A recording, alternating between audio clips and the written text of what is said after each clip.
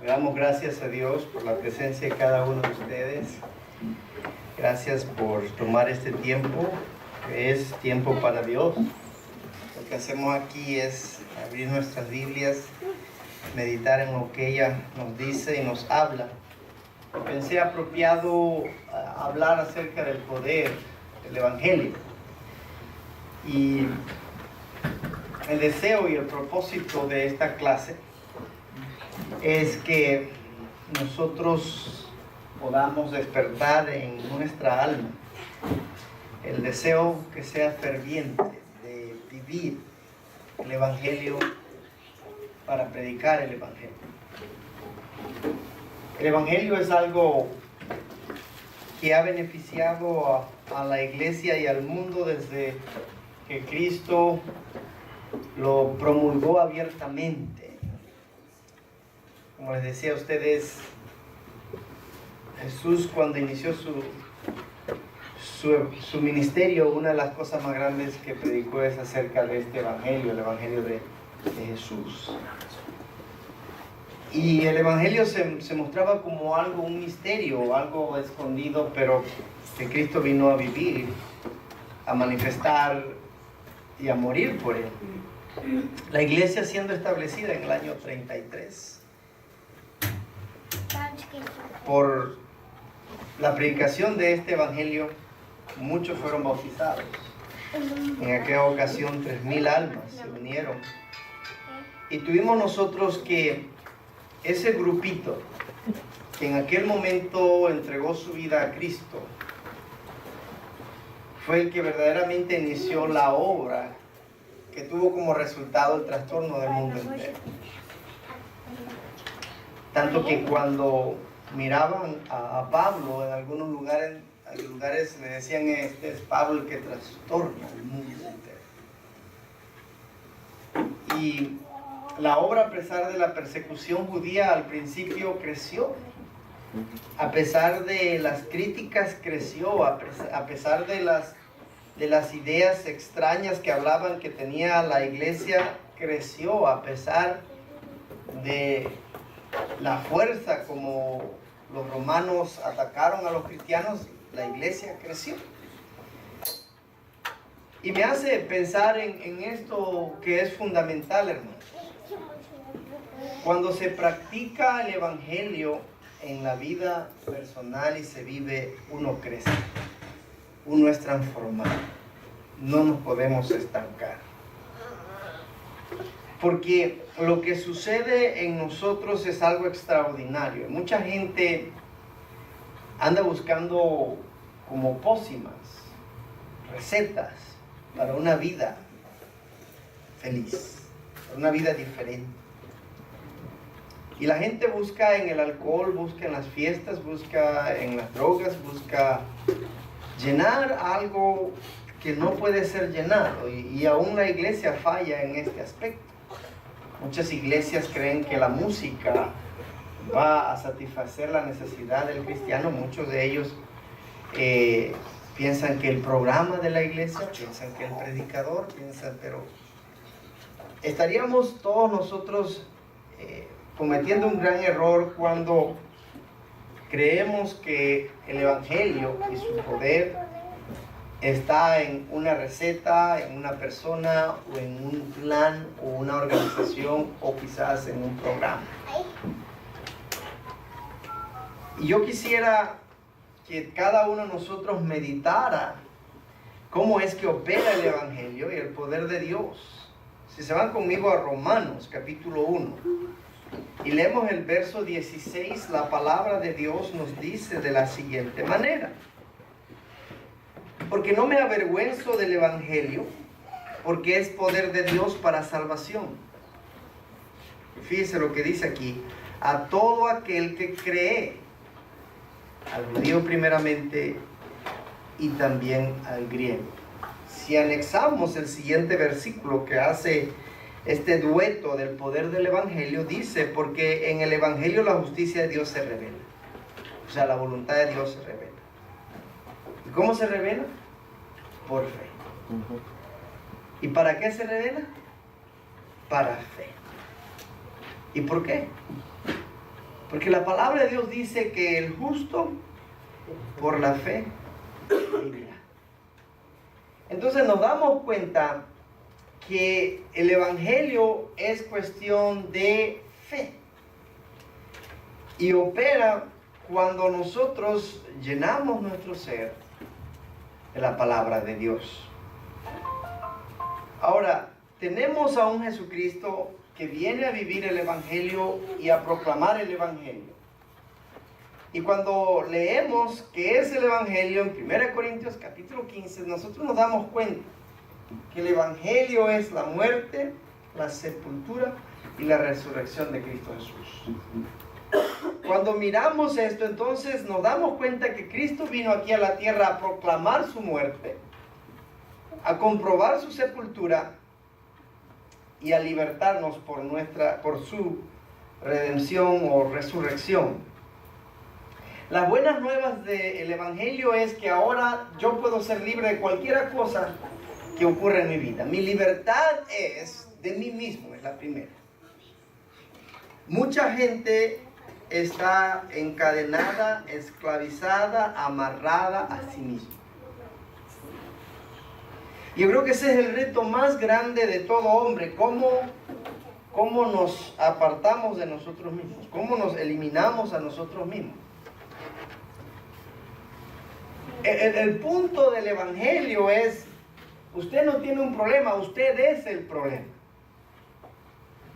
El evangelio viene para que nosotros podamos enterrar a alguien. Me atraso más. Podamos matar a alguien.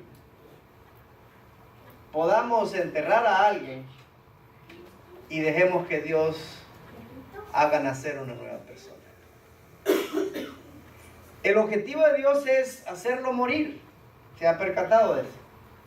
El objetivo de Dios es que usted muera para que tenga vida. El objetivo de Dios es que usted sea sepultado para que salga una nueva persona. El problema nuestro es que el evangelio para nosotros se constituye en otras cosas. Como cristianos estamos en este mundo y empezamos a poner nuestra pasión, nuestra entrega, nuestra manera de vivir nuevamente para alimentar el yo.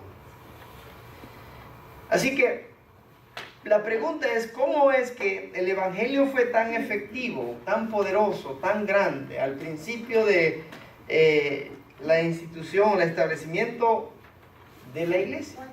¿Por qué es que tenemos una iglesia que estaba convirtiendo a la gente? Si usted se va conmigo a Hechos 2:4, algo particular tenemos aquí que nos ha pedido Pablo en otros pasajes, pero que ahora necesitamos nosotros meditar, que era lo primero que ocurría. Mire lo que dice allí. Y fueron todos llenos del ¿qué? Espíritu Santo. Este pasaje nos dice algo que ocurría. Las personas eran llenas del Espíritu Santo. En otras palabras, el Espíritu Santo venía a morar en su vida, a llenar su vida y a poner una especie de formación diferente. Fíjese todo lo que dice el versículo 4, capítulo 4, versículo 31 de Hechos. Allí nos dice algo importante. Cuando hubieron orado, el lugar en que estaba congregado tembló y todos fueron ¿qué?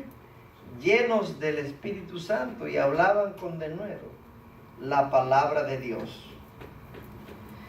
Esta idea de ser llenos del Espíritu Santo, hermanos, es una idea que nosotros miramos constantemente. Pablo nos pide a nosotros: no apaguéis el Espíritu. Nos exhorta también a no ser dados al vino, no llenarnos de vino, sino más bien ser llenos del Espíritu Santo. Entonces tenemos nosotros a un Pablo que está constantemente diciéndonos a nosotros: oiga, vuelvan al inicio. El problema nuestro, que no podemos hablar con confianza a veces es porque no estamos llenos del Espíritu de Dios. Hechos 1:8 nos dice algo muy importante también. Y nos dice lo siguiente, que cuando los primeros cristianos, o sea, los apóstoles y los que siguieron, fueron testigos, dice ahí la promesa: recibiréis poder cuando haya venido sobre vosotros el Espíritu y me seréis testigos. ¿Y qué estoy yo diciendo acerca de esto? El tener el Espíritu Santo es algo fundamental y algo necesario. Lo recibimos cuando somos bautizados. No hay otro poder por el cual yo pueda ser transformado, sino el poder del Espíritu Santo a través de la santificación, que es el poder de Cristo. ¿Qué sucede? El cristiano recibe el Espíritu Santo, pero necesita ser lleno del Espíritu Santo. Este pasaje nos dice a nosotros que debemos pedir, debemos desear, debemos buscar. ¿Cómo soy yo lleno del Espíritu Santo? ¿Cómo puedo yo vivir la experiencia del Espíritu? Bueno, Romanos a nosotros nos exhorta en el capítulo 8 a que haya una perspectiva diferente en nosotros. Si usted mira en este capítulo y medita en él, nos da un énfasis en cuanto al Espíritu. El versículo 5 del capítulo 8 dice: porque los que son de la carne piensan en las cosas de la carne, pero los que son del Espíritu, ¿en qué piensan? En las cosas del Espíritu. Y dice el verso 6, porque el ocuparse de la carne es muerte, pero el ocuparse del Espíritu es vida y paz. Nos explica la razón por la cual hay muerte en una y vida en la otra. ¿Usted quiere vivir? Apártese de los deseos de la carne. ¿Qué son esas cosas? Los deseos de la carne son todas aquellas cosas y tendencias que usted tiene a satisfacerse a usted mismo. Que usted se siente triste, usted cree que mirando una película se va a sentir mejor. Mira la película después de 2 horas y se siente más triste, más cansado. Se siente triste y dice: bueno, una fiesta me va a alegrar el espíritu. Va a la fiesta y usted todavía sigue triste, porque son solamente cosas temporales. Entonces, no satisfagáis los deseos de la carne, es el objetivo de Pablo. Porque los designios de la carne, versículo 7, son enemistad contra Dios.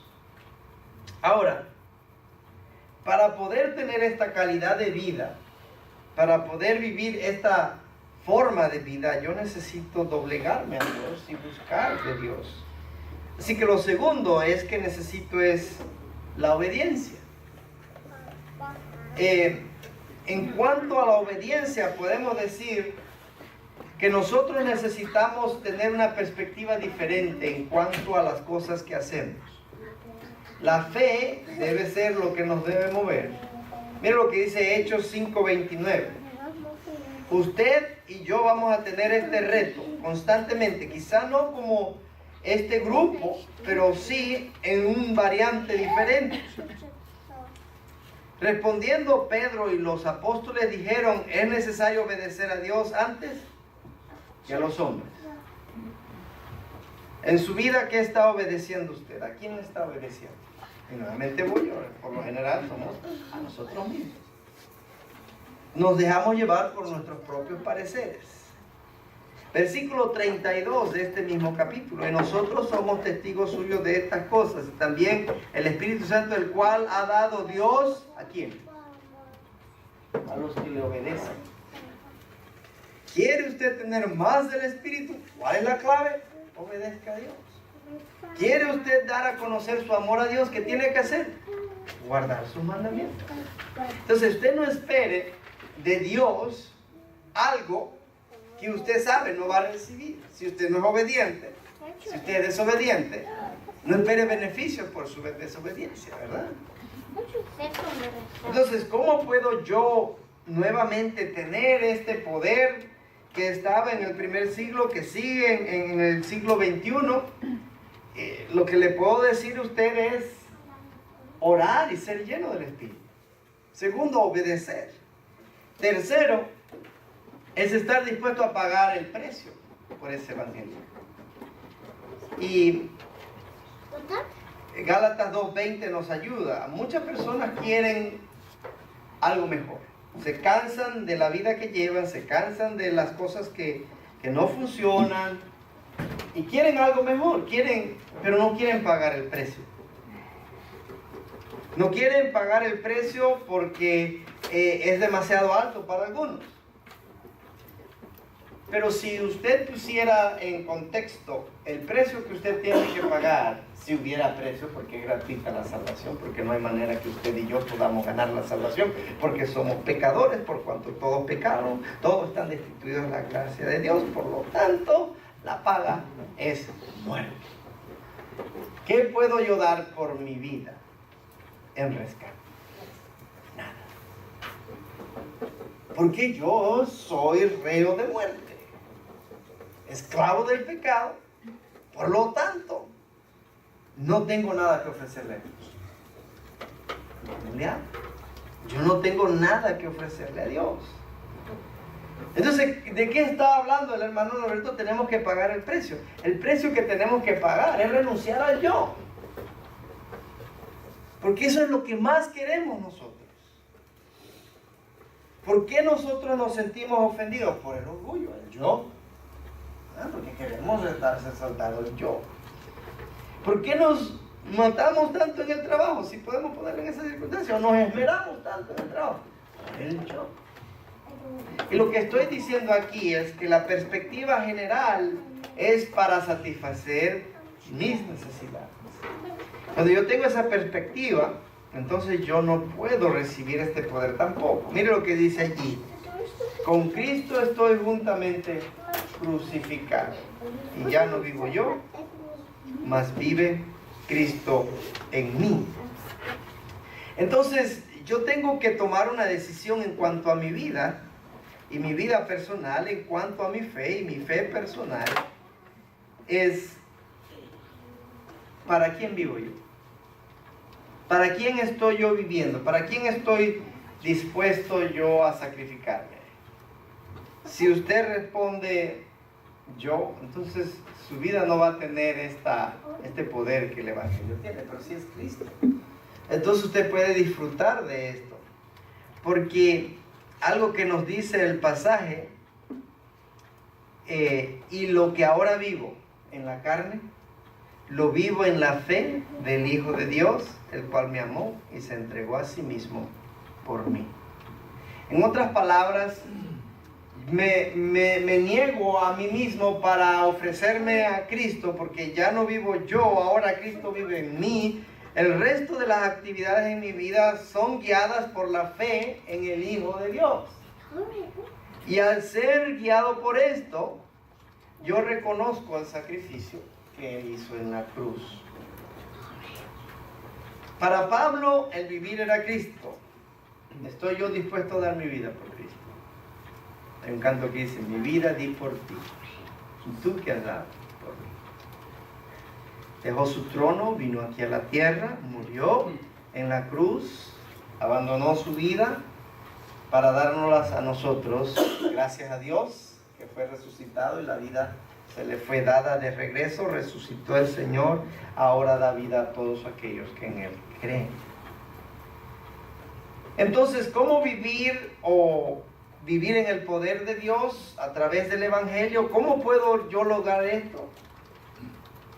Dándole su corazón a Dios.